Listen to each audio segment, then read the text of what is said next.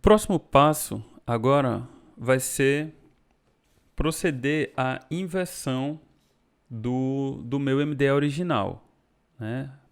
Para a gente determinar a base hidrológica. O que é que a gente vai fazer? A gente vai converter os pontos de topo, né, em fundo de vale e vice-versa. Essa operação, né, de acordo com o artigo, ela é uma operação simples. A gente vai fazer aqui através da calculadora rasta.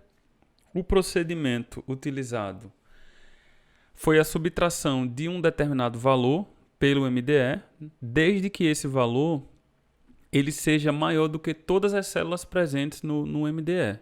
Então, por exemplo, no caso aqui eu vou utilizar o valor de 5.000 e aí eu subtraio desses 5.000 todos os valores do MDE. E aí ele me resulta um MDE que vai representar a paisagem invertida, só que com os valores todos positivos nas células. Então vamos ver como a gente faz aqui. Então com a calculadora rasta aberta, a gente escreve a seguinte expressão: 5.000 menos o MDE que a gente está querendo subtrair. Nesse caso, a gente vai utilizar o MDE preenchido. E aí a gente atribui um nome aqui ao dado. Vou atribuir como MDE minus, né, o MDE menos subtraído e salvo. Eu vou seguir também as mesmas nomenclaturas utilizadas no artigo para a gente, né, manter uma lógica e poder acompanhar tanto no artigo como no vídeo de maneira sincronizada. E dou OK aqui, ele vai gerar um novo dado onde todas as informações elas estão invertidas. O próximo passo aqui é a gente extrair as direções de fluxo do MDE invertido. Então a gente vai utilizar aqui uma ferramenta do Saga. A gente já pode digitar aqui, né? Essa ferramenta aqui, a Channel Network and Drainage Basins. Existem outras ferramentas que você pode utilizar para criar a direção de fluxo, como por exemplo o RField, o próprio FuSyncs do Angelil, mas eu optei por trabalhar com essa ferramenta. Então a gente vai escolher aqui a ferramenta Channel Network and Drainage Basins. O MDE de elevação que a gente vai utilizar é o MDE-. Eu vou utilizar como limite aqui o limite 6, certo? Que é a ordem maior dos canais do meu município. Desmarco todos os demais. Eu vou obter aqui, para mim só vai interessar o dado de direção de fluxo. Então eu salvo aqui na pasta. Vou dar o nome de flow dir e salvo. Executo. O processo é um pouco demorado. Bom, finalizado aqui a criação do meu dado de direção de fluxo, ele vai gerar esse raster aqui meio estranho, né? Parecendo uma constelação. Vamos abrir aqui o dado de flow direction. Vamos aqui na simbologia e vamos paletizar ele aqui com valores únicos. E aí ele vai me mostrar aqui uma variação de 0 a 255. Os valores de 255 representam áreas planas. Esses valores que variam de 0 a 7, eles representam a direção do fluxo, né? Variando desde o norte até o noroeste. Então ficaria norte, nordeste, leste, sudeste, sul, sudoeste, oeste e noroeste. E volta para o norte. O próximo passo aqui que a gente vai fazer é delimitar as bacias sobre o meu dado de direção de fluxo. Eu vou utilizar a ferramenta r.watershed. Com a ferramenta aberta aqui, o meu dado de elevação vai ser o meu Flow Direction. Esses 4 campos aqui a gente mantém como está. O tamanho mínimo do exterior da bacia, esse dado aqui ele é muito importante, porque a depender do tamanho que você atribuir, você pode perder informações quanto à definição dos topos. O que é que eu quero dizer? É que quanto maior, né, pelo menos a minha observação com os testes que eu fiz, quanto maior o tamanho mínimo do exterior da bacia, menos apps de topo de morro ele vai mapear. Eu vou trabalhar aqui com o valor de 500. O que quer dizer, na verdade, esse campo aqui? 500 é o número de células que eu quero que contenha nesse desenho, né, nessa unidade. Então, seria 500 células vezes a área equivalente a cada pixel do meu dado. Então, como eu estou trabalhando aqui com um raster de 900 metros quadrados de pixel, né, em termos de área, eu tenho 500 vezes 900. Essa seria a minha área mínima dessa bacia. Então, quanto maior essa área, a gente já intui, né, que maiores valores de pixels vão conter lá dentro. E aí, dependendo dos valores dos pixels, como eu estou trabalhando com média, e a média é uma medida bastante sensível a outliers, por exemplo, se eu tiver valores muito baixos predominando, eu vou reduzir a minha declividade média. E aí eu vou contribuir, por exemplo, para subestimar a quantidade de app que tem na área. Então isso aqui é um dado muito importante dentro do trabalho, na minha visão. Eu vou manter aqui então o valor de 500. Vou marcar aqui melhorar áreas planas. Vou desmarcar essa primeira opção, vou desmarcar essa segunda opção. Vou manter marcada essa terceira aqui. Vou salvar ela como arquivo temporário, porque ela só vai servir para a gente converter no próximo passo. Manter essa opção, desmarco o segmento de fluxo, vou desmarcar meias bacias, vou desmarcar o resto aqui. Na verdade, eu só vou usar mesmo essa opção de rótulo único para cada bacia. E executo.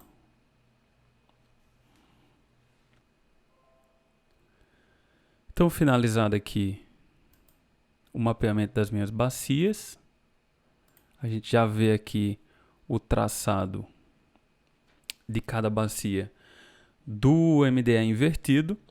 O próximo passo agora é eu converter esse dado aqui para polígono.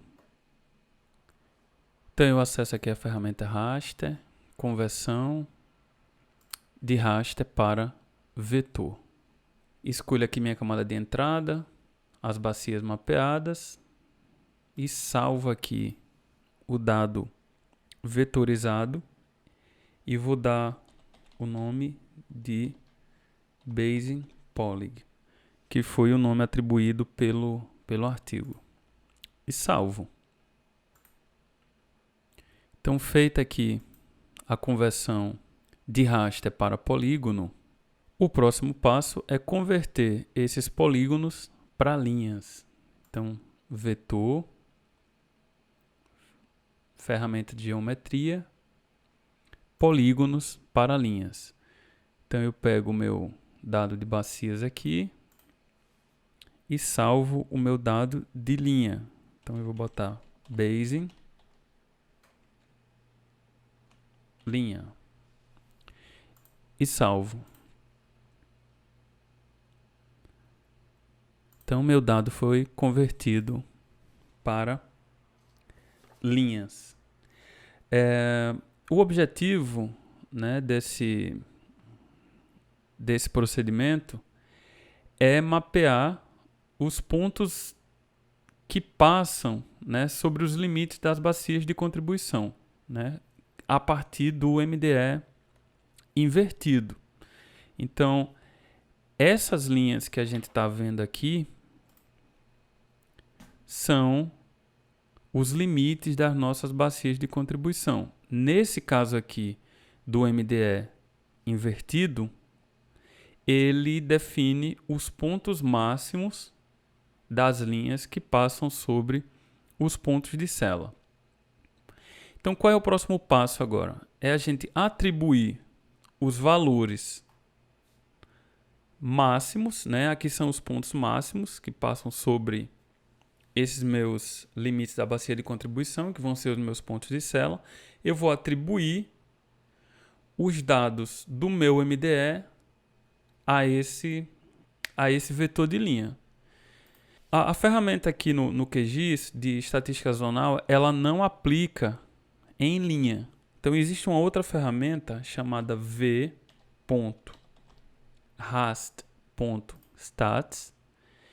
que ela tem a mesma função do estatísticas zonais, só que ela se aplica também à linha. Então, o meu dado aqui de entrada é o dado de linha. O raster que eu vou utilizar para calcular as estatísticas é o MDE da área, né? São os dados reais. Eu vou inserir aqui um underline para esse prefixo da coluna, não vou atribuir nenhum nome.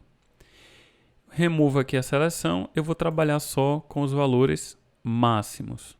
E aí eu salvo aqui, né, com o nome de linha max.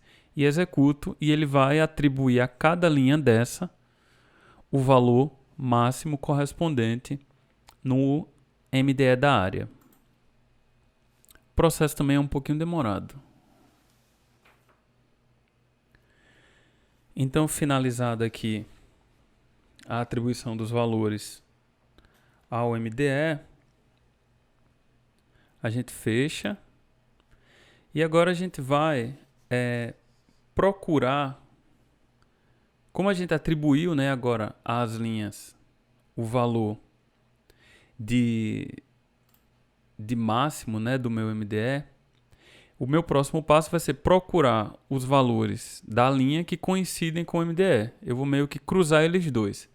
No ArcGIS, a ferramenta Zonal Statistics, ela já gera um raster. Como no QGIS ela não gera, então eu tenho que converter aqui esse meu dado de linha máximo para raster. Então eu converto de vetor para raster. O meu dado de entrada é linha max. O campo que eu vou usar é o campo máximo para criar o raster.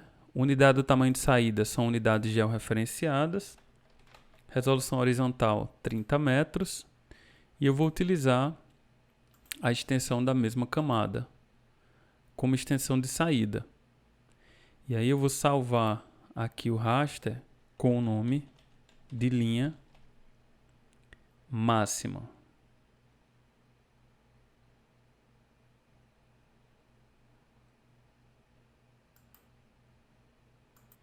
E executo. Então, convertido aqui de vetor para raster, eu vou agora procurar os valores que coincidem com o MDE. Porque o meu objetivo é trabalhar com um dado binário, né? Verdadeiro ou falso, no caso. 1 para sim, os valores coincidem, e 0 para não, valores que não coincidem. Como é que eu faço isso? Eu acesso aqui a minha calculadora raster e escrevo a expressão linha máxima igual ao MDE área. Aqui ele vai me dar os meus pontos de célula. Então eu vou salvar aqui o meu dado com o nome de pontos de célula e executo. Então, ó, ele vai me gerar aqui um dado que varia entre 0 e 1. 0 não coincide, 1 coincide. Como eu só quero os pontos que coincidem, eu vou excluir esses valores de 0 do meu raster. Então, eu venho aqui novamente na calculadora raster e escrevo a seguinte expressão. PTS de célula dividido por PTS de célula maior do que 0. E aí eu salvo aqui. Vou atribuir o nome de PTS Reclass. E dou OK. Então ele gera aqui um raster só com valores 1. E a gente vê aqui um monte de pontinho, tá vendo? Disposto na área. Então, esses aqui são os meus pontos de célula. Próximo passo aqui vai ser converter esses pontos de pixel para pontos de vetores. Então, eu posso procurar aqui na ferramenta de busca com a palavra pixel e a gente já vê aqui, ó, pixel de raster para pontos.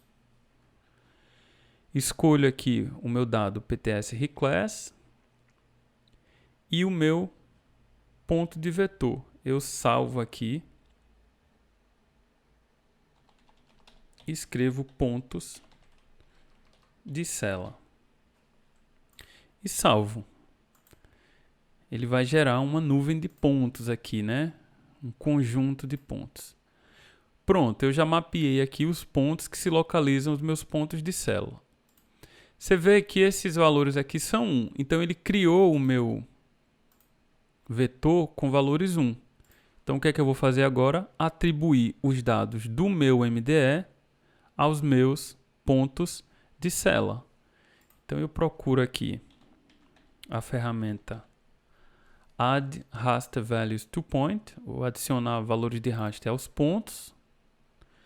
Então, eu tenho os meus pontos de célula. A grade que eu vou usar é o MDE área.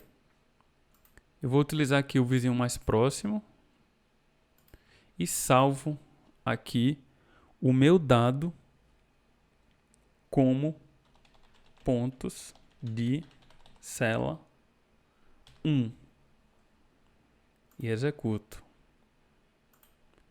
Então ele vai atribuir aqui os valores aos meus pontos de célula, gerando um dado novo, né?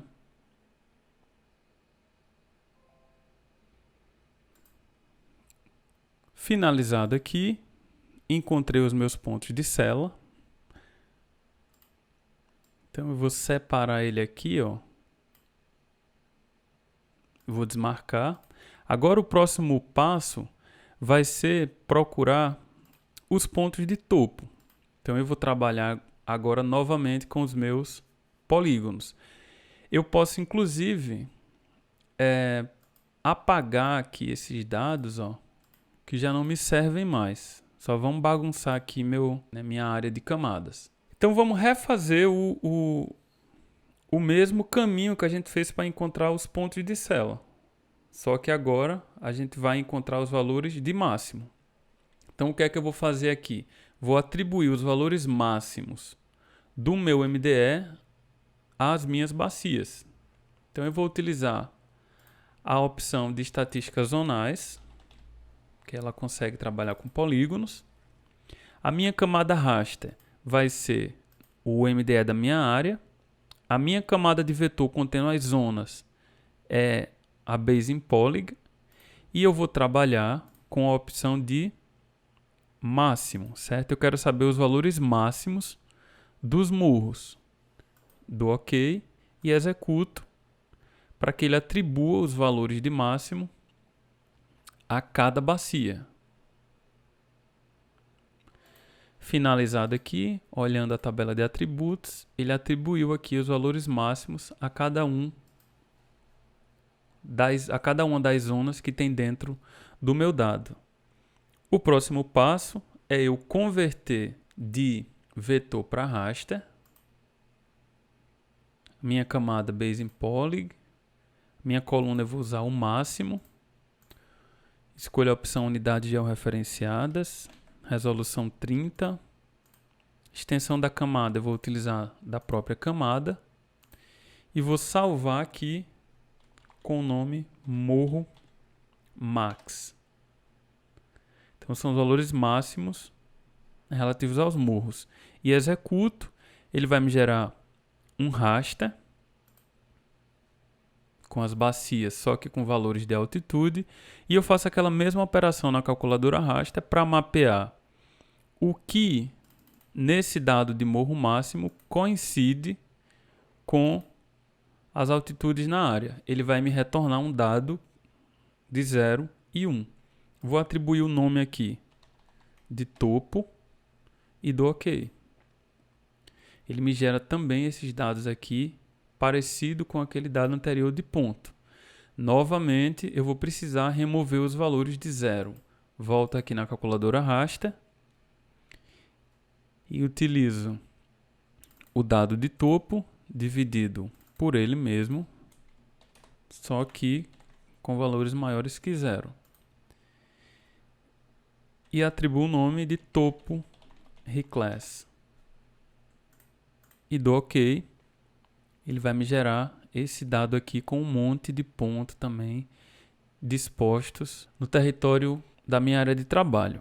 Agora eu vou fazer a conversão de raster para pontos. Então eu venho aqui no usado recentemente e procuro essa ferramenta aqui, pixel de raster para pontos. E converto. Então eu vou colocar aqui o nome de pontos topo e executo. Então eu encontrei aqui os meus pontos. Agora eu vou adicionar também os valores do meu MDE aos meus pontos, a exemplo do que eu fiz anteriormente. Eu venho aqui na opção adicionar valores de raster a pontos. Então a minha camada de ponto topo, vou novamente no meu MDE área, interpolação vizinho mais próximo, e novamente eu atribuo um nome aqui, pontos de topo 1, porque já tem um ponto de topo aqui, né? E executo. Então ele vai atribuir os valores do pixel do MDE a esses pontos gerados, que vão corresponder aos meus pontos de topo.